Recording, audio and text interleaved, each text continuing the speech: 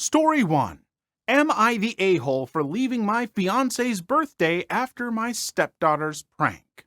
So, I got recently engaged to my fiancé, Michael. We don't live together, but we agreed to move together soon. He has a 16-year-old daughter. I gotta be honest, she seems quite stubborn and her own dad struggles to get her to listen.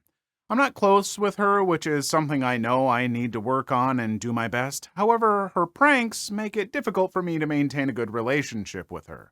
She loves to prank, and her prank can be a lot sometimes, though there's sometimes some humor there. I try to laugh it off every time she'd prank me, but it's gotten too much lately. My final straw was on her dad's birthday. I came to spend the day and have celebratory dinner.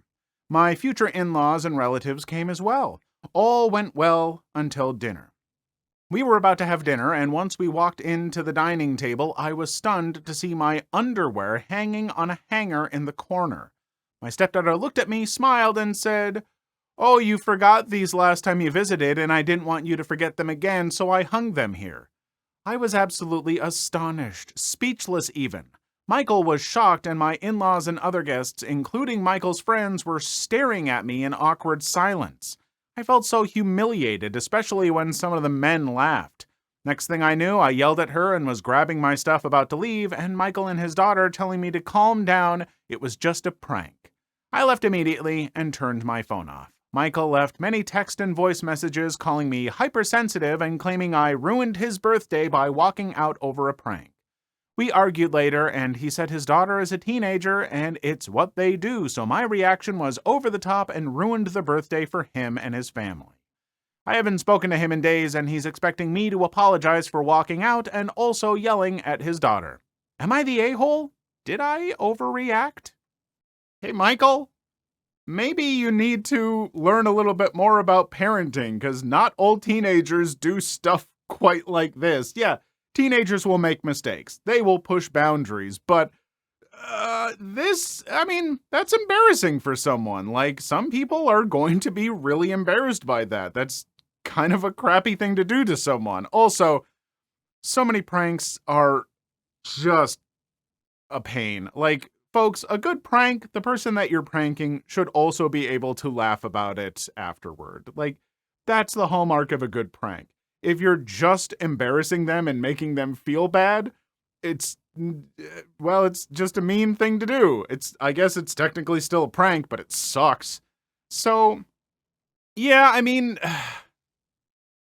maybe walking out and not talking to him was a bit much, but also his reaction is pretty crappy, being like, "It's just a prank, you ruined my birthday." No. Your daughter, Michael, your daughter ruined your birthday by setting all that off. And I think the poster was within their rights to be unhappy and to leave after that. So, yeah, no, not a great prank. And, Michael, do better. Story 2. Take your 9-week-old baby out of the stroller so my child can sit there. S, sister, EK, entitled kid, EM, entitled mom, me, Chuck Norris. So, my sister and her husband flew up to visit the family in Canada and introduced their newborn daughter to everyone over the Easter weekend. It wasn't a long visit, and they went to the airport this morning to check in for their flight. My train back to my apartment didn't leave for another 3 hours, so I tagged along to help with stroller and bags. Basically, I was an extra pair of hands so they could focus more on the baby instead of trying to juggle bags and everything. So, we're standing in line. There was an issue at the check-in kiosk, and I feel my small rolling weekend bag get extremely heavy all of a sudden, to the point where it almost yanks right out of my grip. I turn around and there's a girl anywhere from 7 to 10 years old sitting on my bag. Me. "Excuse me, please get off my bag." Entitled kid. "My feet hurt and I want to sit down." She then bounced in place and accidentally yanked the bag handle out of my grip, causing both it and entitled kid to fall to the ground. Entitled mom. "Don't drop my child like that." Me. "She was sitting on my bag and yanked it out of my grip." It's barely 6:30 a.m. at this point, and I had zero patience for this stupidity, so I just hold my bag in my hand out of the way of entitled kid to sit on. My niece starts getting fussy, as young babies will, and my brother-in-law jogs off to go grab a bottle of water to make her a bottle. They thought they would be through security at this point, so they weren't prepared to make her a bottle. No big deal, I tell my sister to take care of her baby and I'll manage the bags. But behind me, entitled kid was just getting started. Mommy, my feet hurt and I want to sit. I crap you not, this kid dragged out her words exactly like this. Entitled Mom, hang on, sweetie. My sister was adjusting the baby in her stroller in an attempt to calm her down, but from behind her it looked like she was taking the baby out. Entitled Mom, see, she's taking the baby out of the stroller, go sit there. My sister hears this and she just about loses her mind. No, she can't sit here. You're taking the kid out, she can sit there. No, I'm not, and no, she can't. She's a grown-butt child, she can stand like the rest of us. Her feet hurt. Take your brat out of the stroller and let her sit there. My sister gets this look on her face that I know very well. It pretty much promises that she's going to F up your day. Sister, OP, take baby's name out of the stroller, please. Brother-in-law should be here with the water for her bottle in a minute. I get confused, but I trust her and take the baby out of the stroller. Entitled Mom gets this look of absolute triumph, only for it to drop off her face as my sister then grabs my weekend bag and the diaper bag and puts them right where the baby was sitting. Sister, like I said, B, your child is grown and she can stand. My child is 9 weeks old. She can barely hold her head up on her own. You need to get some effing sense in your head. At this point in time, a check-in attendant notices my sister's situation with the baby, who was still fussing, and pulled her to the front of the line to get her through. Brother-in-law reappears right after that to help sort out bags while I feed the baby. I looked for entitled mom and entitled kid was on the ground throwing a massive temper tantrum worse than any tantrum I've seen in children half her age. Entitled mom just looked like she was sucking on a lemon. Too long didn't read. Entitled kid sits on my bag while I'm holding it, complaining of sore feet and being tired. They fall off. Entitled mom demands for my sister to take her newborn out of the stroller for the entitled kid to sit in it. My sister blatantly refuses, and the kid throws a temper tantrum. Wow, that's some bad parenting on the entitled mom's part. Like, just wildly bad parenting. And to have a kid who's like between 7 or 10 to be acting like that in public, like that's getting around the age where kids should start to like understand society and how to act around other people. Like, I get it if a 4 or 5-year-old or something like that is like wandering around and like sits on a bag and it's like, oh, this is what I do with my parents. Why can't I do it with a stranger or something? And at that point, a parent should be like, oh, no, I'm so sorry. Sweetie, you can't sit on other people's bags. But for this entitled mom, like, you're doing this child a disservice. You're doing yourself a disservice because you are going to have the most unruly, ungodly child as they grow up. Oh my God, as a teenager, if you don't set boundaries and teach this kid how to act, they're going to be awful. Actually parent your kid and don't expect other people to do it for you. Story 3. Fiancé's family banned me from our home after he dies. So, my fiancé, N, died very unexpectedly in 2016 at the age of 35. I was 26 at the time. We lived together in a house on a few acres. I've lived there for a couple years, and he had lived there most of his life. N's grandfather built the house, and when his grandparents died, the house was willed to their 6 children, one of whom was N's mother.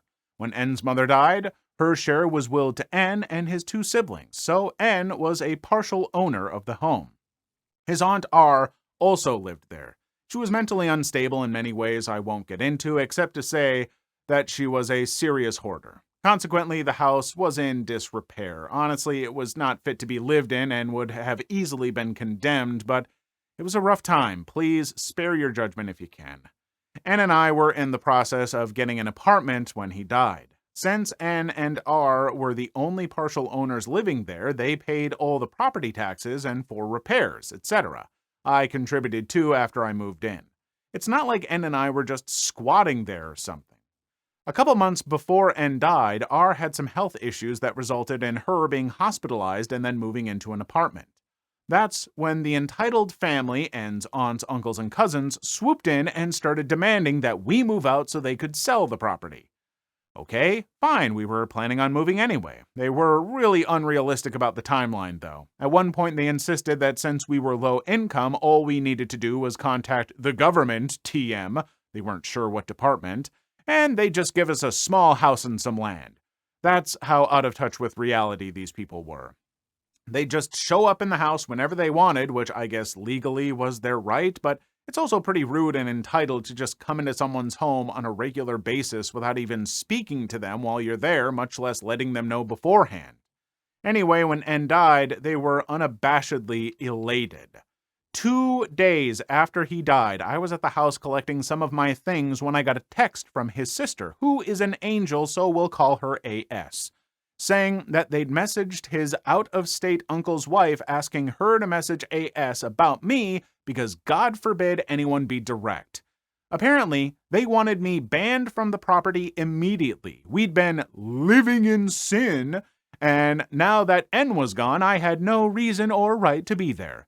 I was devastated. At that point, I wanted to take everything he'd ever touched and scoop it up and hold it close to me forever. I couldn't bear the thought of not being able to have anything of his.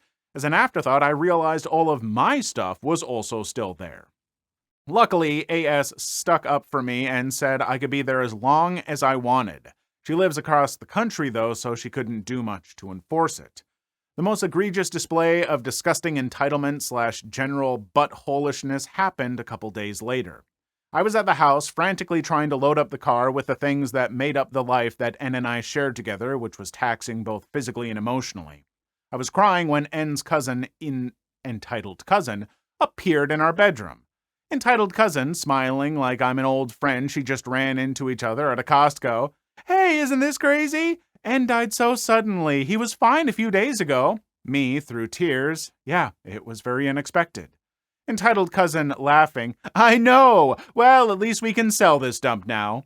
It's then that I hear people talking and laughing in the next room. Apparently, entitled cousin had brought her teenage daughter and several of her daughter's friends to gawk at the house. Our home, where we lived and loved, was being openly mocked with zero regard for my feelings. Entitled cousin. So when do you think you'll be gone? Me. I'm not sure. I'd like to get as much of N's stuff as possible, and AS asked me to get some of their mom's things. Entitled cousin, frowning. Well, I guess I'll have to talk to AS about that. Their mom is the reason this place is so run down, you know.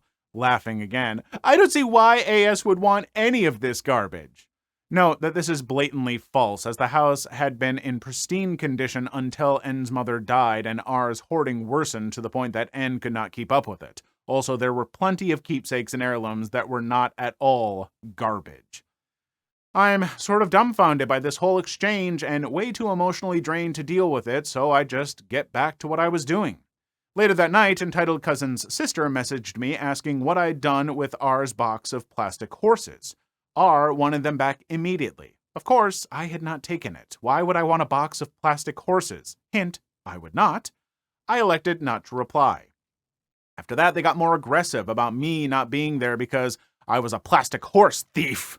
N was an artist by trade, and they started just throwing away all of his drawings and taking some of the more valuable figurines he had. The last day I was there, my mom went with me. After getting the last of what I could, I just wanted to walk around the house one last time and sort of say goodbye to the place we'd spent so much time together in, a place I'd never be again. Of course, the family showed up, and my mom tried to calmly explain that I would be out soon and would not return.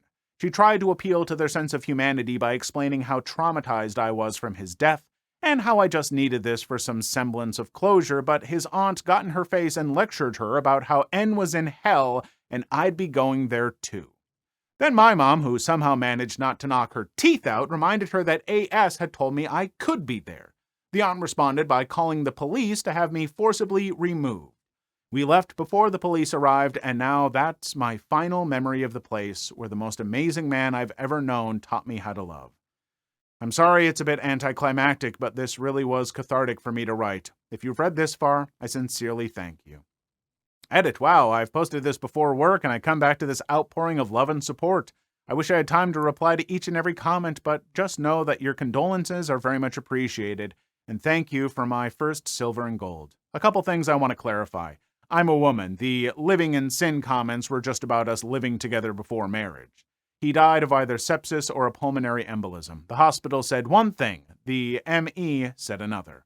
I appreciate everyone saying I may have had legal recourse, but at the time my entire life and all my future plans had been ripped away from me. It was not worth spending the little energy I had to try to drag it out any further. His sister and brother were his legal next of kin, and he did not have a will. Since his sister told me to get all of his and their mom's things, I was never worried about them coming after me for stealing any of it. So, obviously, or maybe somewhat obviously, I don't know, they had some legal rights to, like, have her leave and keep the house, legally, they were allowed to do at least some of what they did, though I think forcing her out and stuff like that, there may have been legal recourse there for sure. But this is one of those situations where having the legal right and being morally right are two wildly separate things. For them to condemn these people being like, oh, they're living in sin and he's in hell for this. So, obviously, they consider themselves to be Christians, but I would take real Christians as being people who are loving and non-judgmental and would want to console someone for losing someone else and not just make presumptions about these things. It's such a gross, awful thing for them to misuse their Christianity in that way, to just be absolutely disgusting people. Just morally gross in the worst possible way. For them to not, have any understanding and to just be like pushing this person out for whether it's the greed of wanting to sell that place and get money, or because they just didn't like her because they didn't fit into their values or whatever. I don't care what it was. They're bad people for what they've done. And I really hope that karma gets back at them somehow. For the person who lost their fiancé, I feel terrible for them. But this is maybe a reminder for folks out there. He didn't have a will.